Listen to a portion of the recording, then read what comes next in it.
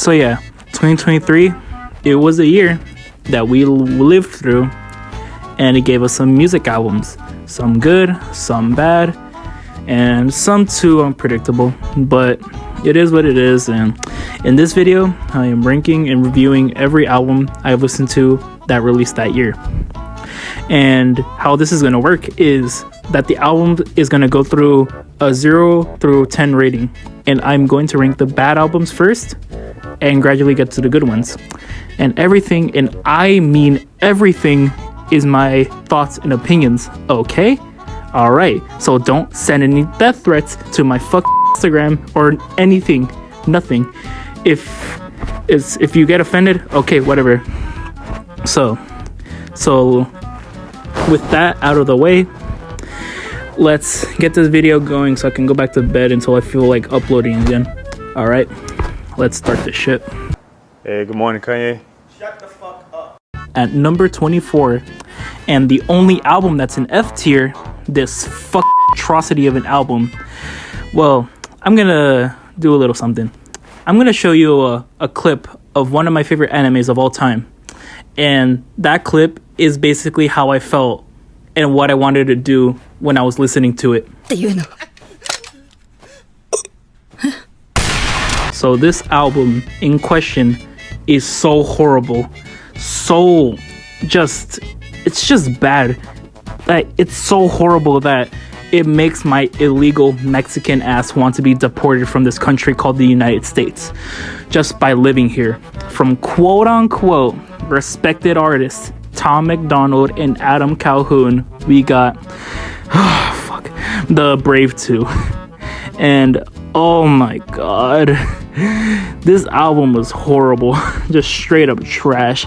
Everything about this album is bad. Like, the lyrics are so corny, and I can't say good either, because the album has one of the most problematic lyrics I've ever heard in my life. Like, I'm gonna read these lyrics right now. All right. Quote unquote, "It's okay to be racist. If you were born black, you might as well get that noose. I think Black Lives Matter. They think White Lives Matter less. And the LGBTQ turned into WTF." Alright, so that's a 0 out of 10. This is not worth your life. Not worth your time, nothing. And Tom needs to stop doing music.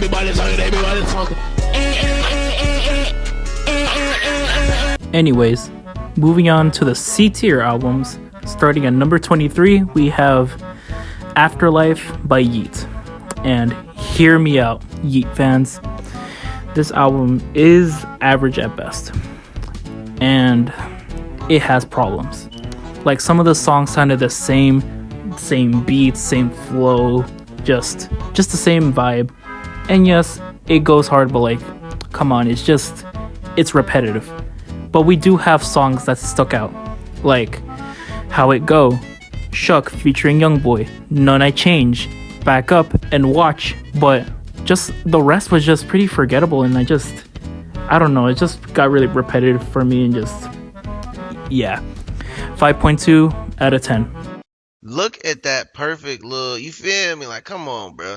The bridge over the ice shit with the motherfucking ice spikes in the background with the sheep. Moving on to number 22, we have Trippie Redd's A Love Letter to You 5.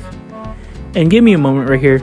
This is probably his weakest entry to his A Love Letter to You series. And don't get me wrong, the songs listed on the screen right now are good, but they're not good enough, if I could say that. And this album had pretty promising features with the likes of Lil Wayne, Roddy Ricch, Bryson Tiller, Corbin, and the Kid Leroy for some reason, but this album was his worst entry in the series. Like, being an honest fan of his, he pretty much fell off. And this album didn't really live up to the hype. 5.5 out of 10. The streets is cold, dog. Like it says in the book, we are blessed and cursed. What fucking book? Going to number 21, we have A Gift and a Curse by Gunna. And look, after hearing this dude got out of prison for pulling a 6ix9ine and snitching on his homies, people weren't really fucking him anymore. But ever since he dropped this album, after getting out of prison, people forgave him and let him slide after being a snitch. And when this dropped, it was okay, I guess. I mean, Fuck You Mean is still an overrated song. I literally do not get the hype around it. And yeah, some of the songs shown on screen is pretty good, but like some of them got really old quickly, and I just wanted it to be over and move on. That's pretty much it. 5.6 out of 10. Top of the morning to you, ladies. My name is Jacksepticeye, and welcome to a game called Paint the Town Red. I think it's a bar fighting simulator game. Now, at number 20, we got Scarlet by Doja Cat. And to be clearly honest, this album had catchy songs, but the lyrics, holy shit, the lyrics, they were so weird. Like, what the fuck? And I am so surprised these songs are being played on radio. Like, the lyrics shown on screen speak for themselves, but that aside, this album is just okay at best. It's like barely touching at decent, but it's just okay, I guess. It's not something incredible. It's not like it's her best work. Like, her best work was before she shaved her head, but like, come on, it's okay, I guess. And that's it. 5.8 out of 10. No se preocupen, Speedy González se los trae. ¡Yepa, yepa, y arriba, arriba! Number 19, we got the last album in C tier, the top of the food chain of C tier albums. An album that's so weird to listen to, but you'll end up being satisfied at the end. Well, that's just my opinion, but this album, like, being this high was so unexpected for me, at least. It's Leyenda Viva by 6ix9ine. And to be clearly honest, this album was just a fun listen. This album being a Latin pop type of project was something I'd never find myself enjoying, but yeah, it's just a nice listen. It's not album of the year or anything, well, no shit in C tier, but it drags in the middle, and yeah, but you'll enjoy this no matter what. Yeah, it's not like perfect or anything, but like some of the songs are genuinely just a fun listen, and you just get a little kick out of it. And Y Ahora is genuinely a good song. Like, just listen to it, it's just perfect. 6.0 out of 10. This reminds me of this anime named Bleach. Finally, we're at the B tier albums, and starting off that list at number 18 is Business is Business by Young Thug. And yep, this album is, I could say, hard. It's a hard listen. You'll just bump your head to this shit. It has good songs. The songs being shown on the screen is like the main highlights. And yeah, I have nothing else to say. This is just a pretty solid listen. 6.4 out of 10. The Enchanted Forest isn't for children. It's only for heroes with unrelenting dedication, bravery, and wisdom. Number 17, we got Portals by Melanie Martinez. And wow, this album was something else, but in a good way. I've been knowing of her music since the Crybaby days. And yeah, my older sisters introduced me to Melanie Martinez. I've always seen her music as like catchy, creepy sort of type of stuff, but I was okay with it. And years later, when I saw Portals was coming out, I gave it a listen, and I was pleasantly impressed how she improved over time. It's not perfect, well, no shit in B tier, but the songs being shown on screen are really good, and hell, even mysterious at times, and don't overstay their welcome. And yeah, I'm just pleasantly surprised, and she did live up, but like, not enough. 6.7 out of 10. Like it? Now at number 16 is the Sixth God himself, Drake, with For All the Dogs. And yep, this album is like trail mix. You'll eat them, eating the good stuff first, like I Don't Give a Fuck, Amen, All the Parties, 8 a.m. in Charlotte, Another Late Night, First Person Shooter, etc. But when you finish the good shit and realize there's the raisins left, that makes you want to throw away the bag. But metaphors aside, this album is barely good. Like, if those songs weren't there, this could have been a low A tier. And I like to add that in First Person Shooter, J. Cole mentioned Kendrick, that they're the big three of the rap game. And I thought that was pretty cool, and I wanted to bring that up. I just hope that lyric doesn't age horribly. 6.9 out of 10. Get the fuck off my porch! Get your ass off this motherfucking porch, bitch! Now, at number 15, and I am surprised this album is this high, but I don't care, this is my ranking. Making his second appearance on this list, Trippie Redd is back with his album, Mansion Music. And yes, I know this album gets shit on a ton, but my god, I think this album is overhated, and I am standing on that fact. These songs being shown are great, hell, even borderline perfect. And yes, the album having filler is the letback, but putting that aside, this is pretty good. I'm just mad that at the time of recording this, the Chief Keef features were taken off the album because of licensing and stuff.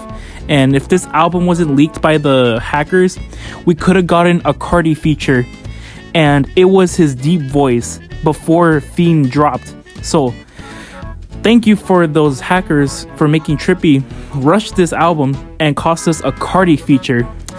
Yeah, that's my only complaint.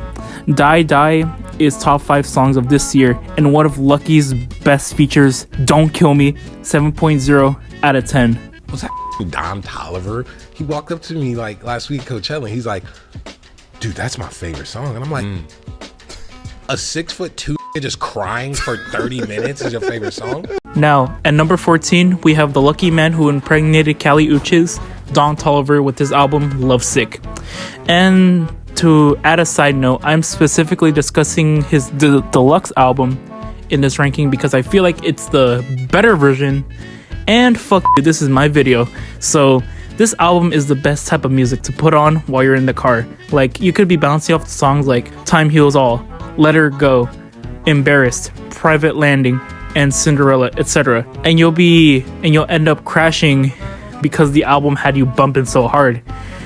But aside that, this album is just good. Like, nothing crazy. It's just a good album. That's it.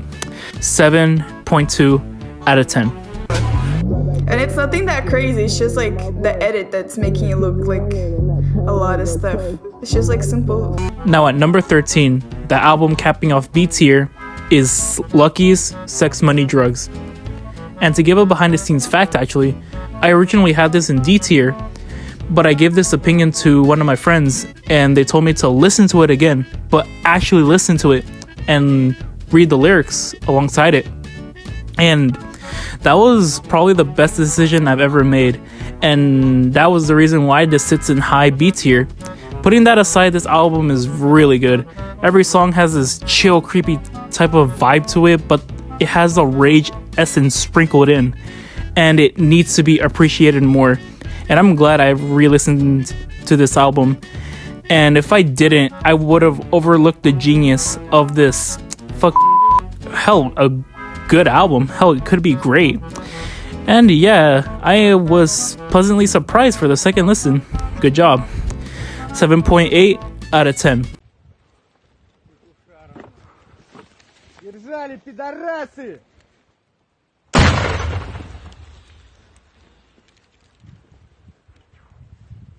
Now, at number 12, starting off A tier, is Metro Boomin's Spider-Man Across the Spider-Verse soundtrack.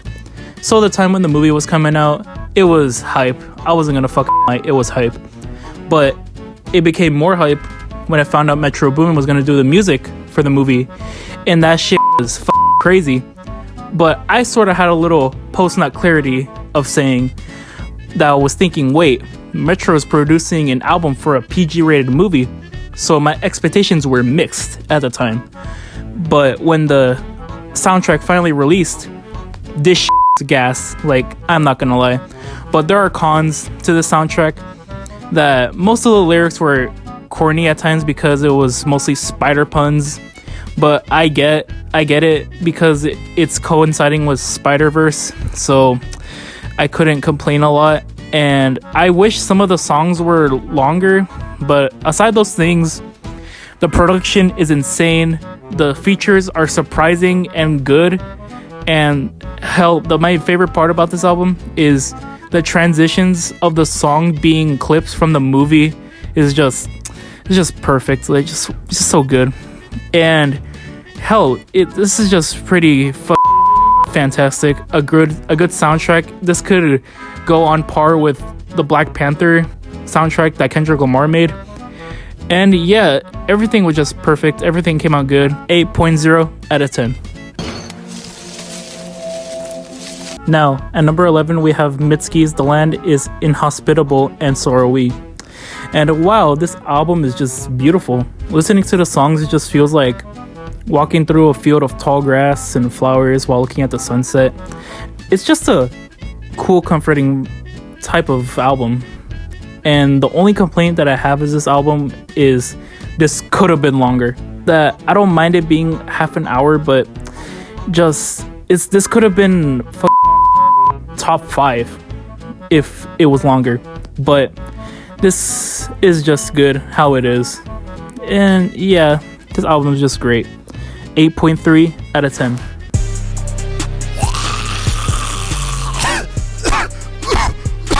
Number 10, we have one of the most anticipated albums of this year, and which is my anticipated album this year, and it was Lil Uzi Vert's Pink Tape. And god damn it, this did live up to the hype. And I don't give a fuck what people say. This album is a fun listen, start to finish. There's a good mix of rage and chill songs. For example, Floated the Face got me floating the first time I heard it. Nakamura feels like I'm entering Night City from Cyberpunk. Endless Fashion goes into one of the lists of songs where the Nicki Minaj verse is actually good. Patience with Don Toliver has the same energy as Smoking Weed for the first time. And The End, holy shit, The End is one of the best ending tracks I've ever heard. And I don't care what you guys say, you need to expand your music tastes. The rock songs slap. Even though this album is at number 10, this is my favorite album of the year. But the other albums on this list are better quality-wise. So yeah, with my opinion, Pink Tape gets a 8.5 out of 10. Damn, no quema cut, no quema la mamadona cut, la mama whiskey no quema cut. Number 9, we have Peso Pluma's Genesis. This album is a teardropper. And if you understand Spanish, then bonus points for you, because my beaner ass loved this album. And this album can be hype as hell. Literally every song can have you crying or bumping this shit bass boosted in your mamalona. Even though I'm not a consistent corrido listener, these songs hit when they hit. And yeah, I'd be down to see more from Peso Pluma, por favor. 8.7 out of 10.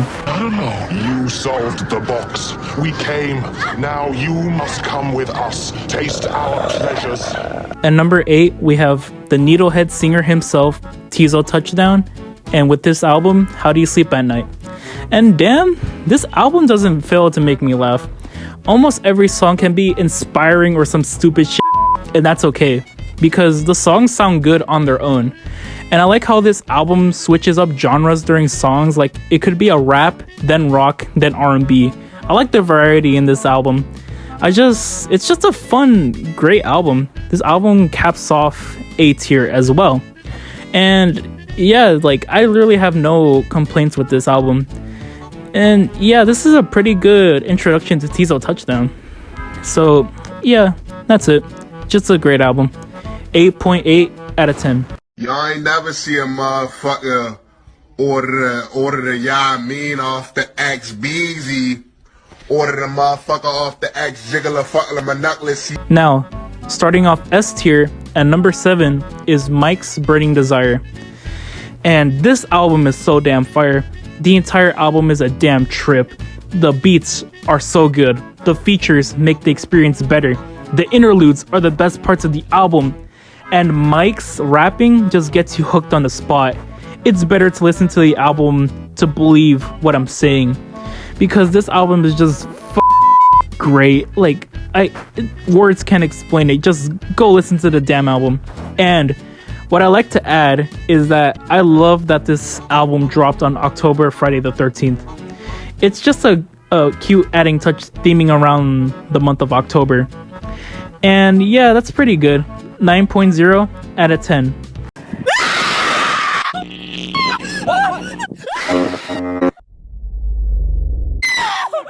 And speaking of albums dropping on Friday the 13th, Coming in at number 6, releasing the same day as Burning Desire, is Ken Carson's A Great Chaos.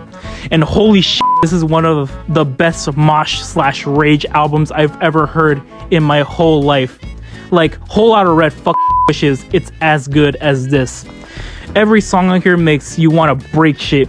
The production is hella good. The Uzi and Lone features are great as well. Just damn, this album is amazing. Ken dropping has more hype than Cardi dropping. That's how serious I am about this album. Like, holy shit. Like, oh my god. Just wow. Just, I hope Ken drops more. 9.3 out of 10. Yeah, but the hose! Oh, what? It's too hard to get the hose! Finally, we're at the top 5s now. The best of the best. And starting it off is JPEG Mafia's and Danny Brown's collab album, Scaring the Hose. And what can I say? It's just perfect. Listening to this album feels like a hyper action scene from a movie. And it makes you feel it, like literally it makes you feel it. The songs are fast and are still enjoyable. Hell, even with the short time the songs have, they're still enjoyable and so peak. And that's probably its biggest flaw, that it's short with like the peak it throws at you, but it's just, yeah, it's just good. And same with Burning Desire, you need to listen to it to believe me. And Lean Beef Patty is top 5 intros of the year. Do not at me. 9.5 out of 10. みんなに伝えて悪くなかった。 Number 4, we have Jordan Ward's Forwards. So this album is like taking How Do You Sleep at Night by Tizo, but overdosing it on ecstasy. Every song just makes you feel good. And the album just feels like it's just happy that you're listening to it. The songs are perfect, and hell, the entire album is just a vibe. Just wow. This is just a perfect album to put on where you're just having a jolly ass time. And yeah, it's just happy ass time. That's it. 9.6 out of 10. Take your ass to the left! You fucking big earlobe, earring wearing fat motherfucker! Now, at number 3, we have the biggest album of the year. Is Travis Scott's Utopia. And this and Pink Tape were my most anticipated albums of this year. And Utopia delivered a perfect album. This was worth the delays and hype. When I listened to this album the night it dropped was one of my most highlighted moments of that year. Hearing Tizo's heavenly voice for the first time, Cardi's unexpected feature, and experiencing telekinesis for the first time was amazing. Everything was perfect. I have no complaints about it. It's just perfect. And I can't wait for Travis Scott to drop Dystopia in 2030 or so. 9.7 out of 10. Can I get a kiss? You know I'm recording, nigga. Stop acting crazy. Number 2, we have Kali Uchis's Red Moon and Venus. God, I just love this album. Listening to this feels like Kali herself is giving you a warm, welcoming hug. Every song is perfect. The atmosphere and tone of the album heals your soul, and is just a damn good romance album. Just to put it, it's amazing. It's perfect. Nothing else. 9.9 out of 10.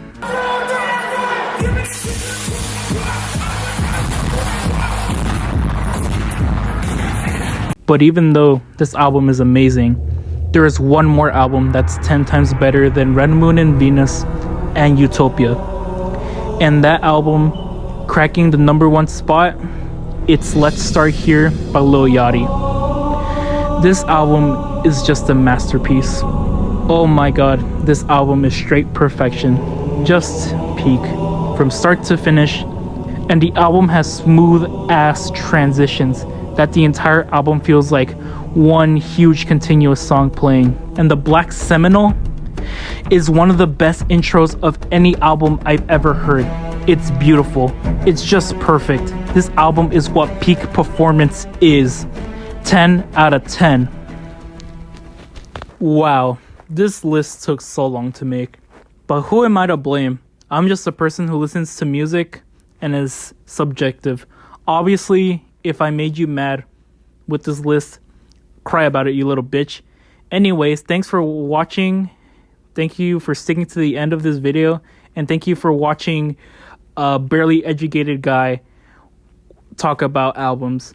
And I hope I wasted your time on this video. And peace out. And see you when TK gets released from prison.